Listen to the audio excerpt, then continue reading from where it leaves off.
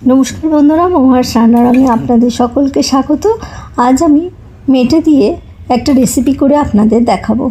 रेसिपिटा केमन करे बानालाम सेटाई आपनादेर संगे शेयर करे निচ্ছি। चलुन आमार साथे थेके भिडियोटा पुरोटा देखुन।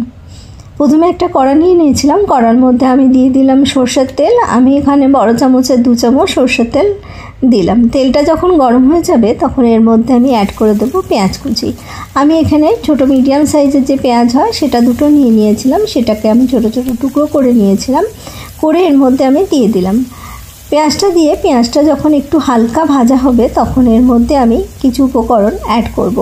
একদম লাল করে কিন্তু ভাজবো না, একটু যখন হালকা রং ধরবে তখনই আমি এর মধ্যে অ্যাড করে দেব কাঁচা লঙ্কা। আমি এখানে একটা কাঁচা লঙ্কা অ্যাড করলাম, তবে আপনারা ঝালটা বেশি খেলে আরও লঙ্কার পরিমাণ এখানে বাড়িয়ে দেবেন। যখন পেঁয়াজটা একটু হালকা গোলাপি হবে তখন এর মধ্যে আমি গরম মশলা অ্যাড করলাম। এখানে দিয়ে দিলাম 2টো তেজপাতা, একটা দারচিনির টুকরো আর কয়েকটা লবঙ্গ দিয়ে এটাকে আমি ভালো করে মিশিয়ে নিচ্ছি। নিয়ে এটাকে আমি কষিয়ে নেব পেঁয়াজটা একদম লাল হওয়া পর্যন্ত। পেঁয়াজটা দেখুন আমার অনেকটাই লাল হয়ে গেছে। এবার এর মধ্যে আমি দিয়ে দেবো আদা রসুন বাটা। আমি এখানে আদাটা দিলাম 1 চামচ আর রসুনটাও দিলাম 1 চামচ। দিয়ে এবার আদা রসুনের কাঁচা গন্ধটা যতক্ষণে চলে যায় ততক্ষণ এটাকে আমাকে ভেজে নিতে হবে। অনেকেরই এই মেটে রান্নায় একটা গন্ধ পায়, তার জন্য অনেকেই খেতে পছন্দ করে না।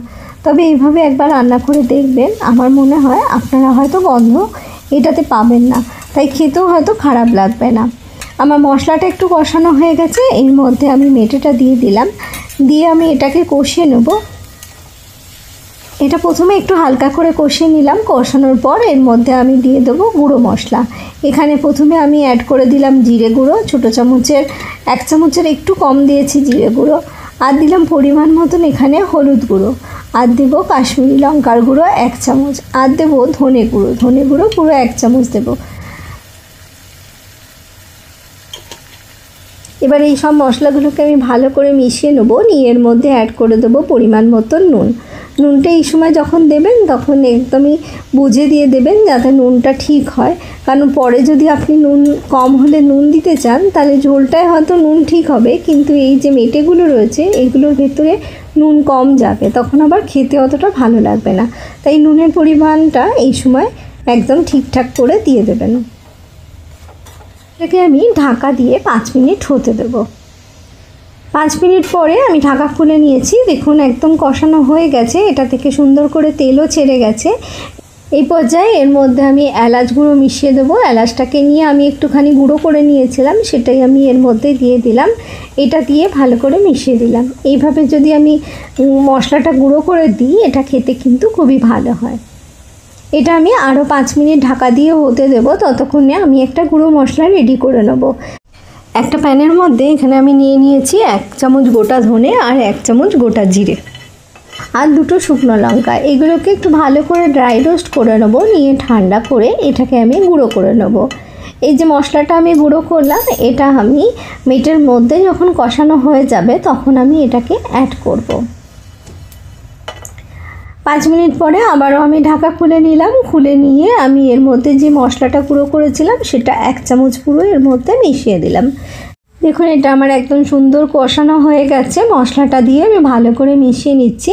এটাকে আমি কুকারে দিয়ে একটা সিটি দিয়ে দেবো যাতে খুব ভালো করে এটা সিদ্ধ হয়ে যায়। তাই জন্য এতে আমি দিয়ে দিলাম 1 কাপের কম গরম জল। দিয়ে একটু ফুটিয়ে নিয়ে এটাকে কুকারে দিয়ে দেবো। প্রথমে আমি গ্যাসের ফ্লেমটা একটু বাড়িয়ে দিয়ে একটা সিটি দিয়ে দেবো। তারপরে গ্যাসের ফ্লেমটা একদম লোতে করে রেখে আমি এটাকে 10 মিনিট রেখে দেবো। ব্যাস তাহলেই আমার এই মেটে একদম রেডি হয়ে যাবে। দেখুন আমার রান্নাটা তৈরি হয়ে গেছে। এটাকে আমি এবার নামিয়ে নেব। নামিয়ে নিয়ে এটাকে আমি সার্ভ করে নেব। আশা করি আমার এই রেসিপিটা আপনাদের ভালো লেগে থাকবে। এটা খেতে খুবই অসাধারণ। এটা যেমন রুটি পরোটার সঙ্গে খেতে ভালো লাগে, সেরকম আমার ভাত বা জিরা রাইস, ফ্রাইড রাইস সব কিছুর সঙ্গেই খেতে কিন্তু এটা খুবই অসাধারণ।